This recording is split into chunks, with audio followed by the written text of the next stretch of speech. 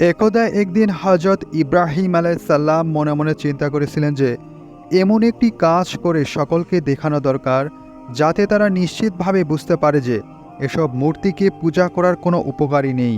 অতএব এদের পূজা করা শুধু মূর্খতা ও বোকামির প্রমাণ। নমরুদের রাজধানীতে বিরাট একটা দেব মন্দির ছিল। ওই মন্দিরে অসংখ্য দেবদেবীর মূর্তি ছিল। নগরীর সকল মূর্তি পূজকেরা সেখানে গিয়ে তার পূজা অর্চনা করত। একদিন বিশেষ এক পর্ব উপলক্ষে দেশের সকলেই একটি মেলায় চলে গেল। হজরত ইব্রাহিম আলাইসাল্লামের পিতাও সেখানে যাবার সময় ছেলে হজরত ইব্রাহিম আলাইসাল্লামকেও নিয়ে যেতে চাইল, কিন্তু তিনি শারীরিক অসুস্থতার ওজর দেখিয়ে সেখানে থেকে গেলেন। ওই দিন নগরীর প্রধান মন্দিরে কোনো পুরোহিত ছিল না। তারাও মন্দির খালি রেখে মেলার উৎসবে যোগদান করল। এরপর মন্দির একেবারে লোকশূন্য হয়ে পড়ে রইল।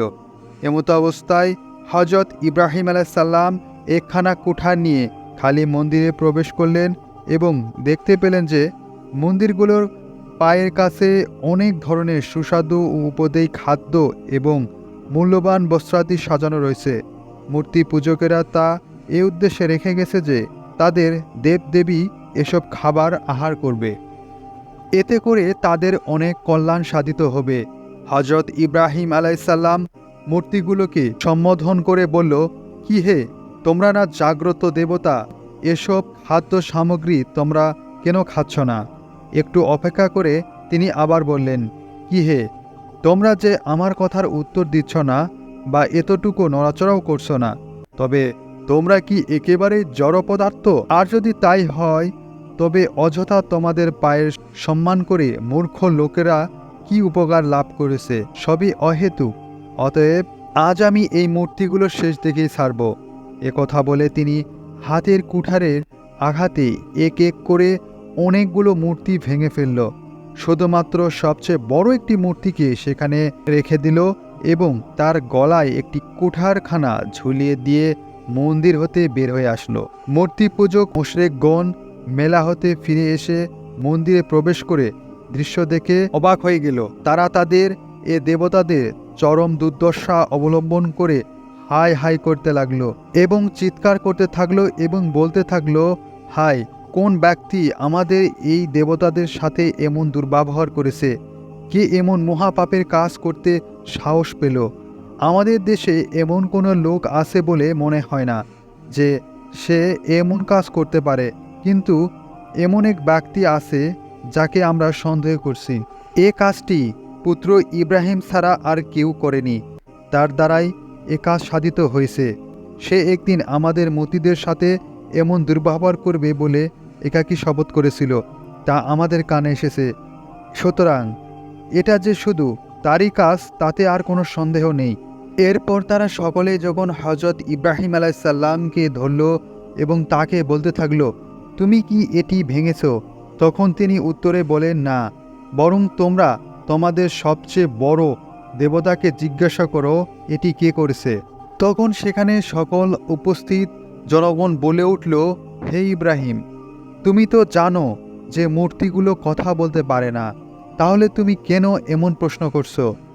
এরপর দেখা গেল তারা সকলে মিলে হজরত ইব্রাহিম আলাইসাল্লামকে ধরে তাদের বাদশাহ নমরুদের কাছে নিয়ে গেল।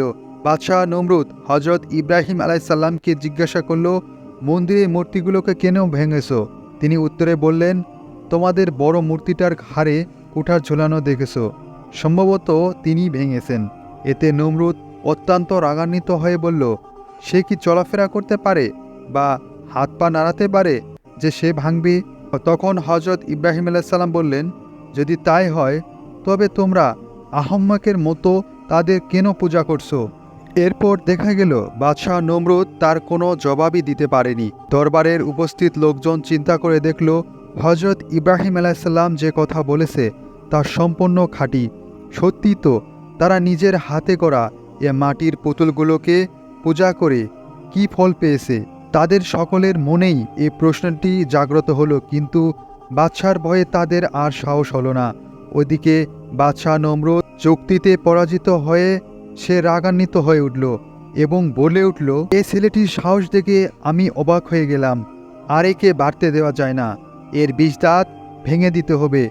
তোমরা ব্যবস্থা শুরু করো, বড় একটি অগ্নিকুণ্ড প্রজ্বলিত করো, একে সে অগ্নিকুণ্ডে নিক্ষেপ করে জ্বালিয়ে মারতে হবে এবং এই ঘটনা প্রকাশ্য লোকের সামনে অনুষ্ঠিত হবে, যাতে লোকজন দেখে শিখতে পারে কেউ এ জাতীয় অপরাধ করলে তার জন্য এরূপ চরম শাস্তি ভোগ করতে হবে।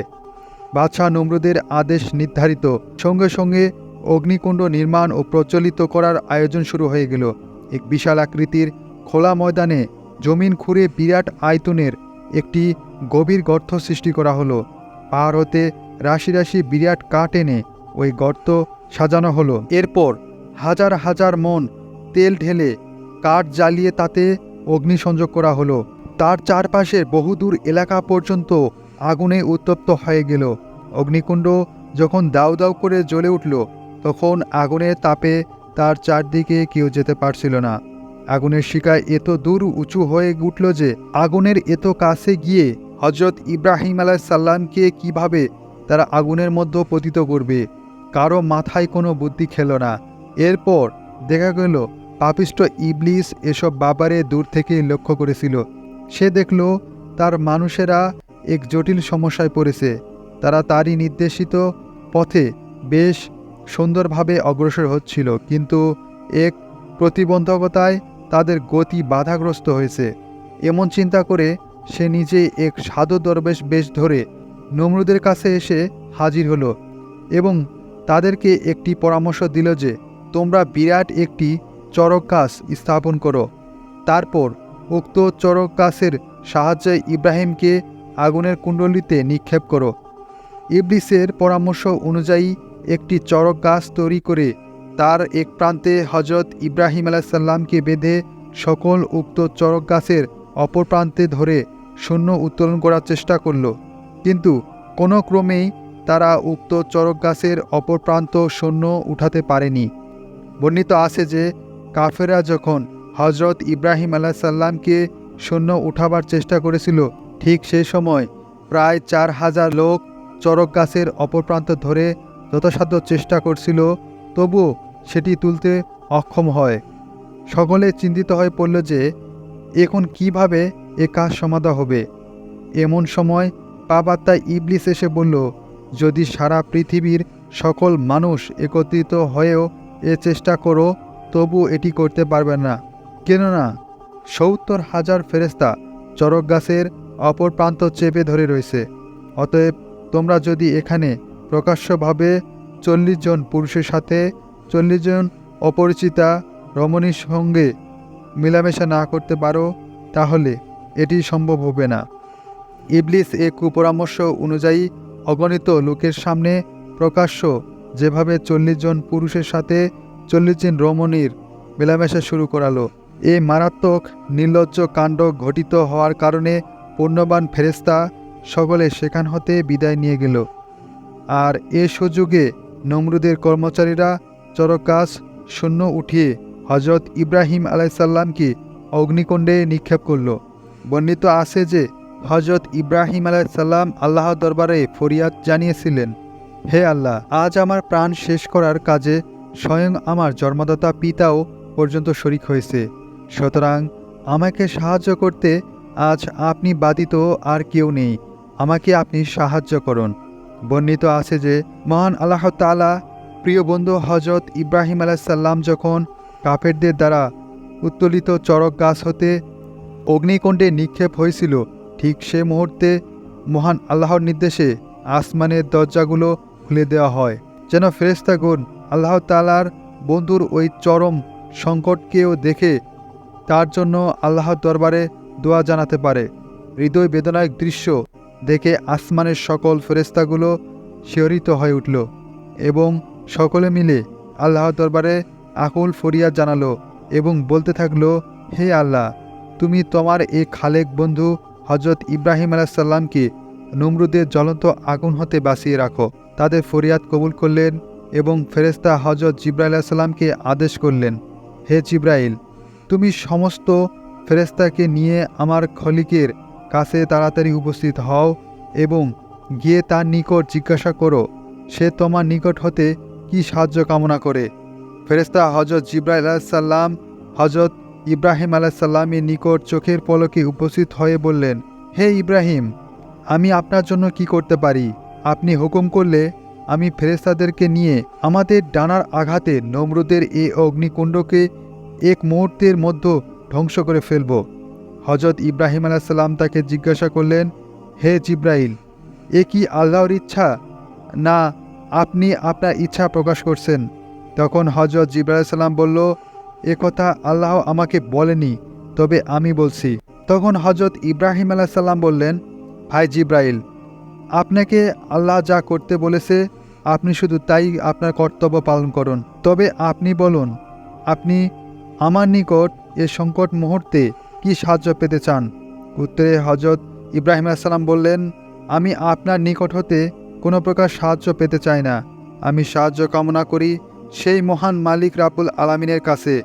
হজরত ইব্রাহিম আলাইসাল্লামের কথা শুনে ফেরেশতা হজরত জিব্রাইল আলাইসাল্লাম একেবারে নীরব হয়ে গেলেন। তিনি আর কোনো কথা বললেন না। এদিকে হজরত ইব্রাহিম আলাইসাল্লাম এতক্ষণে আগুনের প্রায় নিকটবর্তী হয়ে গেছেন।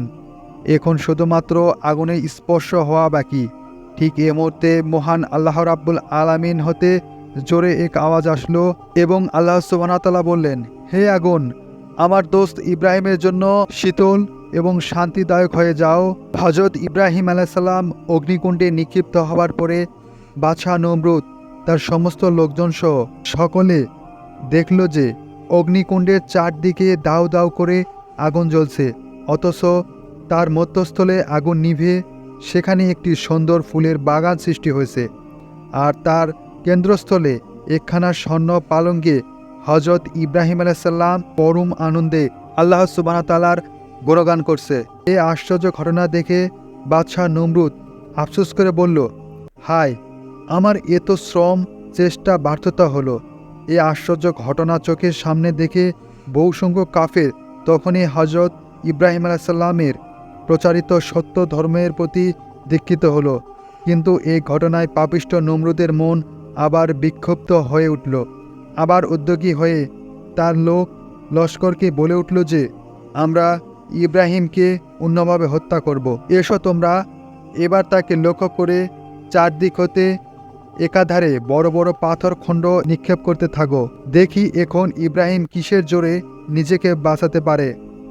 বৃষ্টিপাতের মতো ঢিল এবং পাথর বর্ষণ করতে থাকলো, কিন্তু আল্লাহ সুবহানাহু ওয়া তাআলার কুদরতে একটি ঢিলও তার নিকট এসে পুছল না। ঢিলগুলো সবই বাতাসের সাথে শূন্যে ভাসতে থাকল। বাদশাহ নমরুদ এবার তার চেষ্টায় ব্যর্থ হলো এবং হজরত ইব্রাহিম সালামকে লক্ষ্য করে বলল, হে ইব্রাহিম, এতক্ষণে আমার মনে হচ্ছে তোমার আল্লাহ সত্যি অদ্বিতীয় ও তিনি অসীম শক্তির অধিকারী। এবার আমি তার উপরে ঈমান আনতে প্রস্তুত, তবে আমার একটি শর্ত থাকবে, তা তোমার নিকট বলবো। হজরত ইব্রাহিম আলাইহিসসালাম বের হয়ে নমরুদের নিকট আসলেন। তখন নমরুদ বলল, আমি তোমার সামনেই আল্লাহর নামে মোট 1,04,000 উট, দুম্বা, বকরি এবং গাভী কুরবানি করব। তারপর আমি আমার সমস্ত স্বর্ণ ও রৌপ্য আল্লাহ সুবহানাহু ওয়া তাআলাকে দান করব। আমার এ সমস্ত উপঢৌকন প্রদানের পরিবর্তে তিনি আমাকে এমন কেরামতি দান করবেন যা তোমাকেও দান করেছে, যার বদৌলতে তুমি আমাদের সকলকে আশ্চর্য করেছ। নমরুদের এই কথা শুনে তখন হজরত ইব্রাহিম আলাইহিসসালাম বললেন, তুমি আমার মহান আল্লাহর সম্পর্কে কোনো ধারণাই করতে পারোনি। তিনি কারো নিকট হতে কোনো রকম ঘোষ গ্রহণ করে না। তিনি যাকে কিছু দান করে থাকেন তার পরিবর্তে কোনো কিছুই আল্লাহ পাক দাবি করেন না। আর হে অবুঝ বাদশাহ নমরুদ, তুমি যে তাকে উপহার বা উপঢৌকন দিবে, এ কার মাল ও দৌলত? এ কি তোমার? তুমি কোথায় এসব পেয়েছো? এগুলো সবই তো রাব্বুল আলামিনেরই দান। তুমি যে এ বিশাল ভূখণ্ডে দাঁড়িয়ে আসো, এ বিশাল ভূখণ্ডটি মহান রাব্বুল আলামিনেরই। আল্লাহ সুবহানাহু ওয়া তাআলা যদি দয়া না করতো তুমি কোনো কিছুরই মালিক হতে পারতে না, নিজেকে বাদশাহ বলেও দাবি করতে পারতে না। এ পর্যন্ত বলে হজরত ইব্রাহিম আলাইহিসসালাম নিজের ঘরে চলে গেলেন। হঠাৎ একদিন নমরুদ তার প্রধান উজিরের কাছে গিয়ে সাথে বলল, উজির, চলো আর দেরি করে ফল নেই, চলো আমরা ইব্রাহিম আলাইহিসসালামের নিকট গিয়ে তার খাঁটি ধর্মেই ফিরে যাই। নমরুদের প্রধান উজির ছিল অত্যন্ত কঠিন হৃদয়ের এবং বেঈমান। বিশেষ এক কথা হলো সমগ্র রাজ্যর প্রজাগণ সেখানে আপনাকে প্রভু হিসাবে মানে, আপনার পূজা করে। সেখানে কিভাবে আপনি ইব্রাহিমের কথা শুনছেন? এরপর দেখা গেল উজিরের কথা শুনে নমরুদ তার মত পরিবর্তন করলো। এরপর সেই নমরুদ আগের মতোই থেকে গেল। পরবর্তী ভিডিওর জন্য আমাদের ইসলামিক জীবনের সাথেই থাকুন এবং ভালো লাগলে অবশ্যই চ্যানেলটিকে একটি সাবস্ক্রাইব করে রাখুন।